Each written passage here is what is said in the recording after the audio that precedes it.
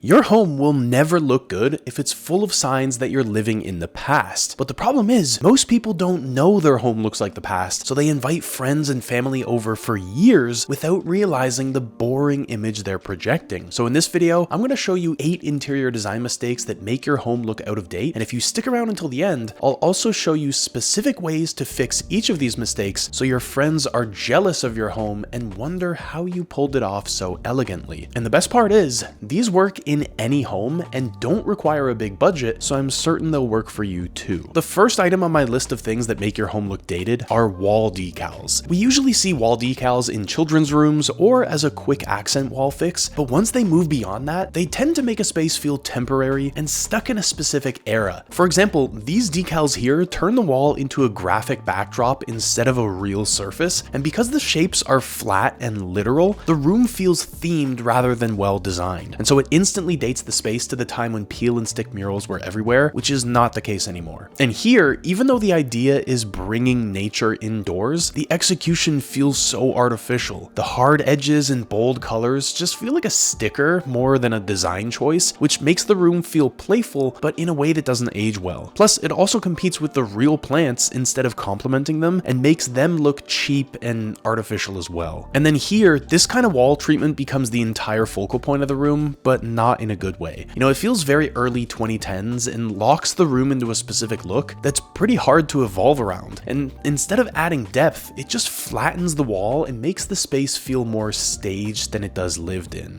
So the fix here is wallpaper, because wallpaper does the same job that decals try to do, which is adding some interest and personality into your room, but it feels permanent, layered, and intentional, so the room can actually grow with it instead of getting stuck in a single phase. So let me show you a few much better examples. Here, this kind of illustrated wallpaper still brings in that playful storybook feel, but it's printed into the surface instead of sitting on top of the wall. And so the texture and soft color variation give the wall some depth, which makes the room feel designed, not like a theme. And then here, the pattern is definitely bold, but it's carried through material and scale instead of those sharp outlines we saw in the decals before. And because the design has plenty of softness and repetition, the eye reads it as atmosphere, not as additional decoration. And that's why it feels grown up and flexible instead of overly trendy. And then this wallpaper works super well because the pattern is subtle and textural rather than literal. And so from a distance, it almost feels like movement or fabric, which adds warmth without demanding your attention. It also supports the surrounding furniture instead of competing with it, which is something that decals almost never do. But if you're trying to visualize what your room would look like with wallpaper, it'll be more helpful to show you a few examples of rooms before and after wallpaper.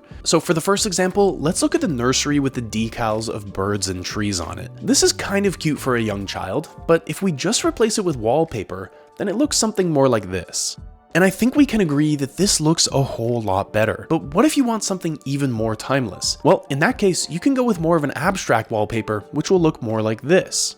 And the really great thing about this is that even when the child grows up, you won't need to change the wall, because this will look good for a child of any age, and it'll still look good if you decide to turn this room into an office or a guest bedroom after the child grows up and moves out of the house. So not only is it a smart, stylish move today, it also future-proofs the room for a variety of different use cases down the road. But let's take a look at a second room so you can get an even better idea of how wallpaper can change a space. This is a living room I was looking at earlier today, and I figured I'd just throw some wallpaper on it as I was making this video. So first, I went with the nature landscape since that's what we just saw in the nursery, and I think it looks pretty good. But of course, for some people, having these trees behind their couch is going to feel overwhelming, and they'll want something a little less in your face. So here's a more abstract design that also works pretty nicely. Of course, there's still a lot that needs to be improved in this room, so it doesn't look amazing right now, but if you just clean it up a little bit, then you'd be looking at something more like this, which I would say looks considerably better than it did just a minute ago. And I could show you dozens of other examples here, but I think you get the point. Wallpaper can look really good if you use it tastefully. Of course, that's where most people go wrong because they choose a style of wallpaper that doesn't work in their space at all. And that's why I developed what I call the paper framework, which is specifically designed to help you think through where to apply wallpaper and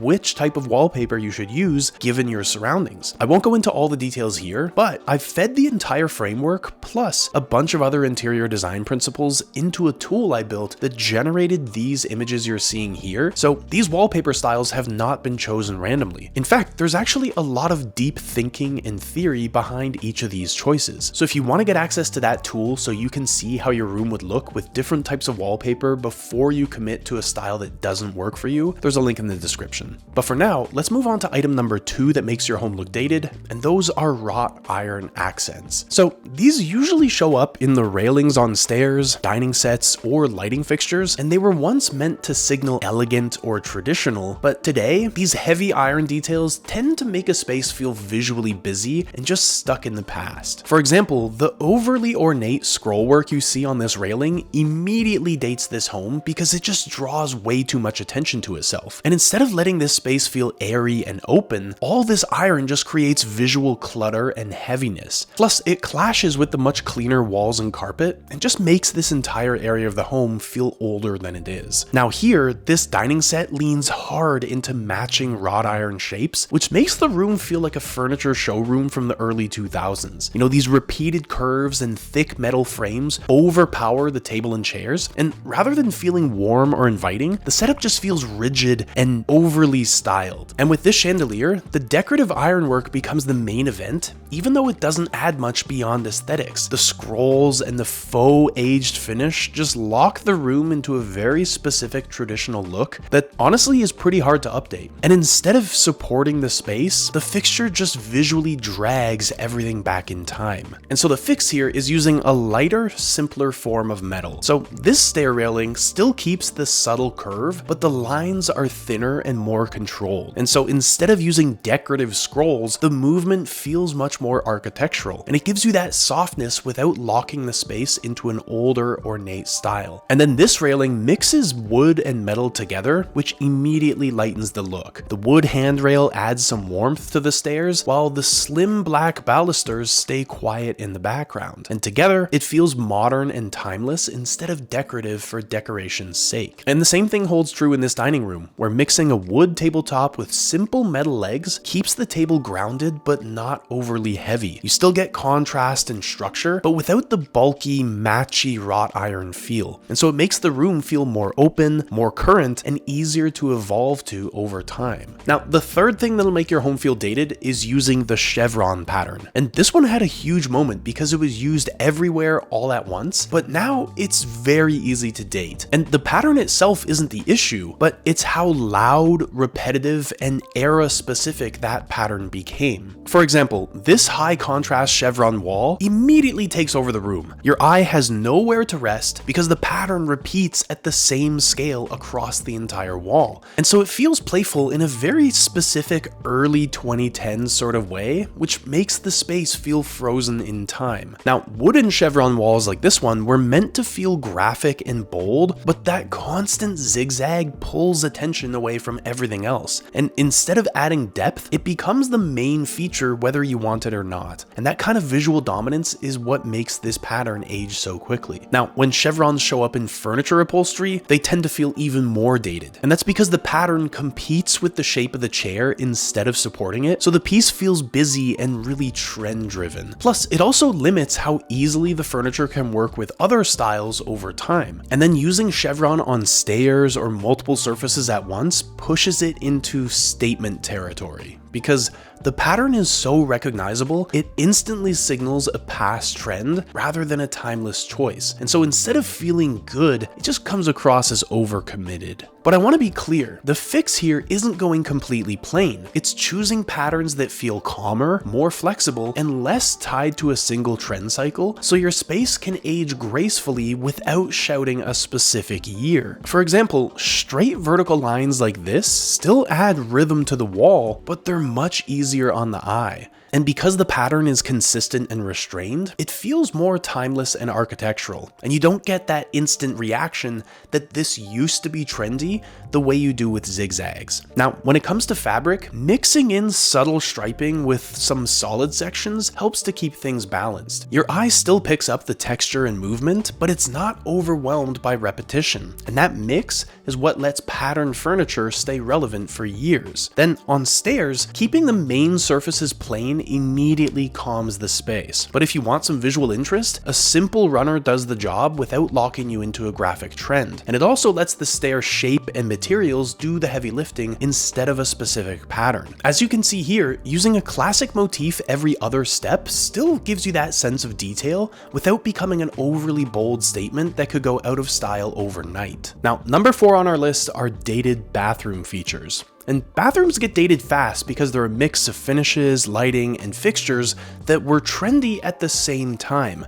And when those choices stack up in one small space, the whole room instantly feels like a time capsule. And this one hits a bunch of classic builder era signals all at once. The big wall mirror, the exposed bulb strip over the mirror, and all the chrome fixtures. The lighting is harsh and flat, so instead of making the space feel clean, it makes everything look more yellow and more tired, especially with these warm beige walls. Plus, the vanity and countertop shape are boxy and completely standard, so the room doesn't feel considered, it just feels like the default package. And even the small details, like the 2 oddly mismatched mirrors, they just create this feeling that nothing in this room has been updated in years. And then this bathroom is better finished, but it still has several dated choices stacked together. The vertical Hollywood bulb strip along the mirror is easily recognizable as being stuck in the past, and it creates that dressing room vibe that feels more theatrical than it does calm. And this glass block shower wall is another major timestamp. You can definitely use glass block effectively today, but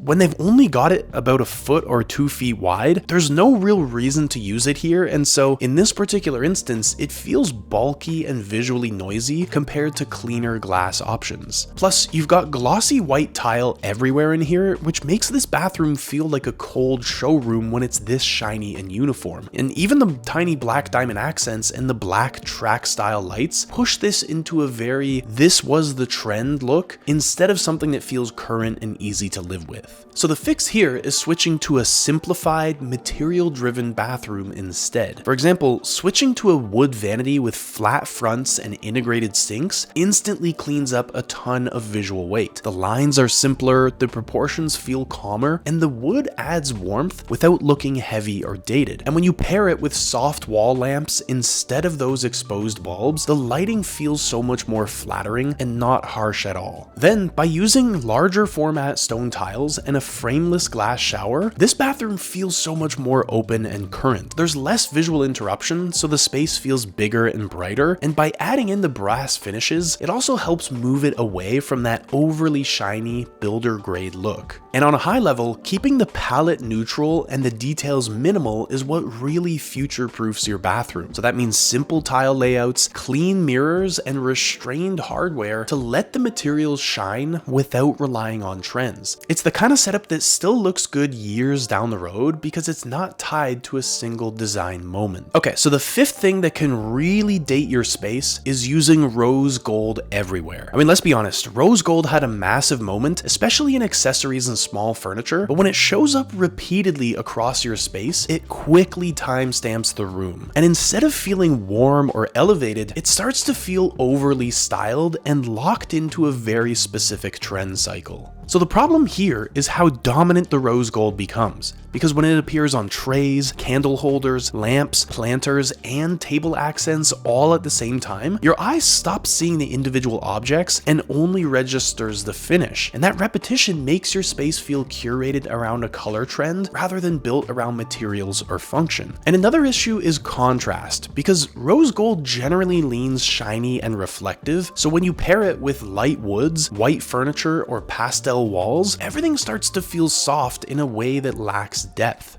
And if you push it really far, your room can end up looking more like a stock photo than a space that's actually meant to be lived in. Now, rose gold also ages poorly because it's very specific to a time when warm metallics were used as a primary visual hook. After that trend faded, the finish became the thing that dates the room, even if the furniture shapes themselves are simple and minimal. Because most of these pieces aren't bad on their own, but the issue is overuse. Because when a single finish becomes the entire personality of your space, there's no flexibility left for it to evolve. So unsurprisingly, the fix to the rose gold obsession is using mixed low-key finishes. So you want to let metal stay secondary instead of it becoming the main event in your space. Because when wood, ceramic, stone, and woven pieces do most of the visual work, the space feels grounded and calm instead of shiny and trend-driven. And a small metal detail works so much better when it supports the setup of your room rather than repeating across every object. And in case it wasn't already clear, you want to avoid matching the same finish over and over. Instead, you want to mix in different materials and tones to break that set feeling and make your space feel layered and collected, because your eye reads variety as intention, not as a snapshot of one specific design moment. And as a general rule, you also want to stick to finishes that don't demand your attention. So brushed, darker, or softened metals blend more into the background and age more gracefully than highly reflective rose gold. So they still give you the variety you're looking for, but they don't lock your space into a specific moment in time. Now, the sixth thing that's dating your home is slogan-heavy or otherwise cliche wall art. And this really peaked during the farmhouse and Pinterest quote era, when words like gather, live, laugh, love, and blessed became shortcuts for warmth and personality. The problem is, once everyone started using the same phrases in the same fonts, they stopped feeling personal and started feeling mass-produced. And these typographic signs turn your walls into messaging boards instead of visual surfaces. And so your eye reads the text immediately, but then once it's read, there's nothing left to engage with. And instead of adding depth or mood, the wall just becomes literal and flat, which makes the space feel staged. And because these phrases were tied so closely to a specific style moment, they act like timestamps. Gather especially became shorthand for the modern farmhouse era, so even in an otherwise updated home, it pulls the room visually backward. The typography, the faux weathered wood, and the scripted fonts all reinforce that same narrow design window. And then when multiple slogan pieces are grouped together, the effect is even stronger, and it starts to feel like a themed display rather than a home, and the room loses any sense of individuality. So rather than expressing personality, the space just ends up repeating ideas that everyone has already seen. So the fix here is using art that feels personal, not literal. So abstract art works really well here because it gives the eye something to interpret instead of something to read. The pattern, movement, and color all create atmosphere without spelling out a particular meaning, which makes the room feel more layered and less obvious. And it also stays relevant longer because it isn't tied to a specific phrase or trend. Now, black and white photography, especially when it's framed simply, also adds contrast and emotion without overpowering your space. So things like travel shots or other personal photography feel curated and specific to the homeowner, not like they were just pulled from the decor aisle. And that personal connection is what keeps your space from feeling dated. And then fabric art or textile pieces also add texture without relying on words at all. And the softness, stitching, and material variation bring in a ton of warmth in more of a quiet way. And because the interest comes from texture rather than typography, it feels timeless and easy to live with over time. Now, the seventh thing that'll make your home feel dated is a matching furniture set. I mean, this usually comes from buying furniture all at once,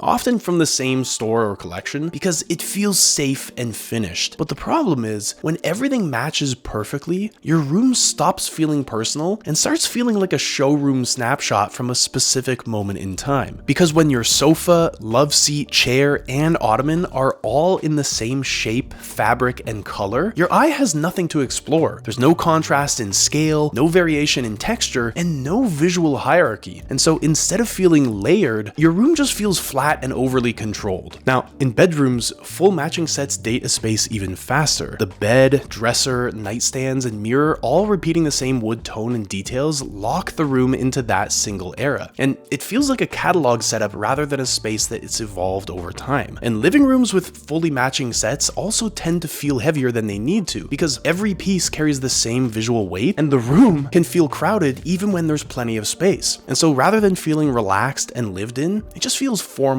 and static. And most importantly, matching sets erase personality. They tell you exactly where and when the furniture was bought, which is why they age so quickly. But on the contrary, rooms that feel current almost always look like they were collected piece by piece over time, not like everything was purchased in a single trip. So with that in mind, the fix here is to mix and match collected pieces. So this living room works so well because nothing is trying to be matchy-matchy, but it still feels tied together. You've got the deep navy sofa as the anchor, and then some softer shapes around it, like the rounded boucle chair and this squarish lounge chair. So the silhouettes feel intentional, not like they're all part of the same showroom set. And the materials are mixed too. They've got warm wood flooring, a stone coffee table, this woven pendant light over the coffee table, and a few different plant textures, so the space feels layered instead of just a single note. And even though the pieces are different, the palette still stays disciplined with creams, browns, navy, and a little black, so it looks curated, not like it was thrown together randomly. And the same idea holds here in this bedroom. The headboard wall is doing the set job with this one big clean backdrop, and then everything else gets to be more varied. They've gone with a few different pieces of modern art in different sizes, some warm wood, some lighter textiles, and those brass wall lamps that give a little contrast. So again, the entire room feels collected over time, not like it was purchased in a single trip. And there's no question that the bench, the rug, and the side pieces don't match perfectly, but they do repeat tones of tan, black, and some off-white, so your eye still connects the dots. And that's basically the trick, repeating a few colors and materials, and then letting the shapes and finishes vary so it feels current and personal. Now, the eighth thing that'll make your home feel dated is a chalkboard wall, because chalkboard walls became popular during the farmhouse and early Pinterest era because they felt playful, personal, and they were DIY friendly. But over time, they started to lock spaces into that specific trend, and it hasn't aged well. In living rooms, chalkboard walls often turn into permanent message boards instead of functioning as a real backdrop. And these kinds of handwritten quotes and decorative drawings just add constant visual noise, so the wall never feels settled or calm. And rather than grounding the room, it pulls attention in a way that feels messy and unfinished. And in kitchens, this is where chalkboard walls most strongly reference the 2010s farmhouse look. You know, that mix of chalk lettering, labeled jars, hooks, and themed graphics feels overly literal and very trend-driven. So what once felt charming now just makes your space look stuck in the past. And large chalkboard surfaces also age poorly over time. Smudges, ghost marks, and uneven fading quickly build up, which makes your wall look worn instead of styled. And even if you keep it perfectly tidy, the finish just still feels very DIY and temporary compared to a more timeless wall treatment. So the fix here is to opt for a modern command wall, but not a chalkboard, which allows you to keep the functionality of a chalkboard, but upgrade the material so it feels calmer and cleaner. For example, a glass board like this one instantly feels lighter and more modern than chalk paint. The surface stays crisp, it doesn't collect dust or smudgy residue, and it just works better with clean handwriting or minimal notes. And when you pair it with a slim wood rail or some corkboard at the bottom, it still gives you a place to pin or rest your essentials without overwhelming the rest of the wall. And overall, a small scale board just works better than a full wall commitment, because instead of turning the whole surface into a message zone, it keeps things contained and intentional. And so it feels like a functional object, not a do-it-yourself feature wall, which just makes your entire space feel more polished. But to be clear, a black accent wall can still work, but only when it's no longer chalk-based. And when you use it as a backdrop for your command center with shelves, hooks, and other forms of storage, it feels a lot more functional instead of budget crafty. The key is that the wall supports organization, not constant doodling, so you want to keep it clean and composed. So now I've shown you how to prevent your home from looking dated and bad. But once you've done that, you need to know how to actually make it look good. And for that, you're going to need some structure. So watch this video next to learn one of my proprietary frameworks for making any space look amazing on any budget. I'll see you there.